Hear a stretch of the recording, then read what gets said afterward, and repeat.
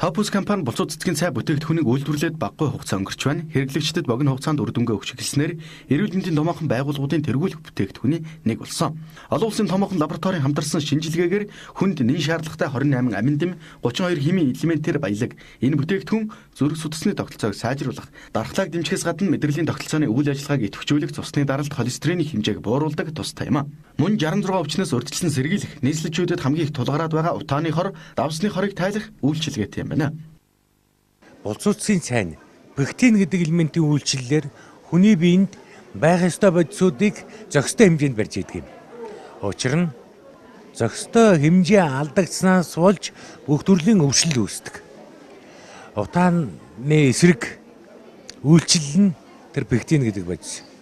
Утаанаас авч байгаа өвчлөл нь бол уушиг, зүрх, даралт, хор тавдар,